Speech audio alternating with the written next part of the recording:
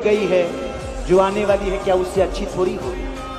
आज वो दूर है इसलिए आपको अच्छी लग रही है, जिस दिन वही औरत आपकी बीवी बन जाएगी ना तो उसी से वही प्रॉब्लम होगा जो पहली वाली से हो रहा था। तो कितने से तलाक करिएगा, इसीलिए एक को संभाल के रखिए। मैं आज तक कभी बात नहीं किया हूँ और मैं तो खुद पवन सिंह को समझाते दिखाई दिए खेसारी लाल यादव और बहुत ही ज़्यादा इमोशन के साथ पवन सिंह के विरुद्ध खड़े हुए हैं खेसारी लाल यादव। यहीं ज्योति सिंह के सपोर्ट में खेसारी लाल फुल सपोर्ट देते हुए ज्योति सिंह के तरफ से डायरेक्ट बोल दिया है, पवन सिंह को रेल दिया गया है।